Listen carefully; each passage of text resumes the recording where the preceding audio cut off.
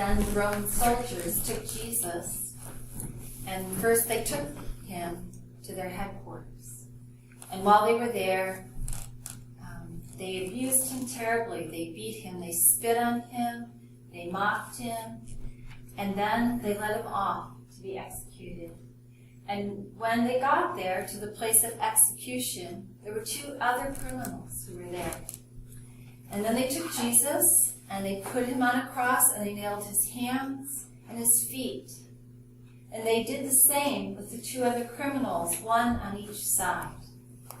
And after Jesus was lifted up on the cross, he prayed out, "Father, forgive them. They have no idea what they're doing." And all the people, they were watching. And then one of the criminals turned and spoke to Jesus. "Why don't you get yourself out of this mess if you really are the promised king? And while you're at it, rescue us too." But then the other criminal spoke to the first and said, "Don't you have any respect for God? Here we are dying. We deserve to die for the wrong things that we've done. This man is completely innocent." And then he turned to Jesus and he said, "Jesus, remember me when you come into your kingdom." And Jesus told the man, "Today you will be with me in paradise."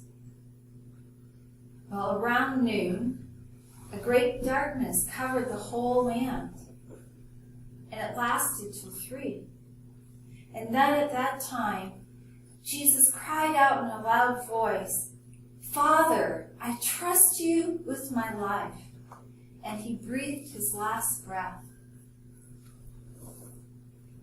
Now, right at this time, it was time for a religious feast that was happening. And the religious leaders really wanted the executions to be done by then. They were supposed to be done. So they went to the Romans, and they asked the Roman soldiers to break the legs of the people being executed. And so they did. This would hasten their death. But when they got to Jesus, they discovered he was already dead. But one of the Roman soldiers took his spear and he pierced it up into Jesus' side. And when all the people watching, when his followers realized what had happened, that Jesus was dead, they went home in deep grief. Now there was a man named Joseph, and he was a wealthy man. What was his name? Joseph. And he had not agreed with the decision to have Jesus executed. He was a member of the religious council, but he hadn't agreed with them. And so he went to Pilate, and he had received permission to take Jesus' body.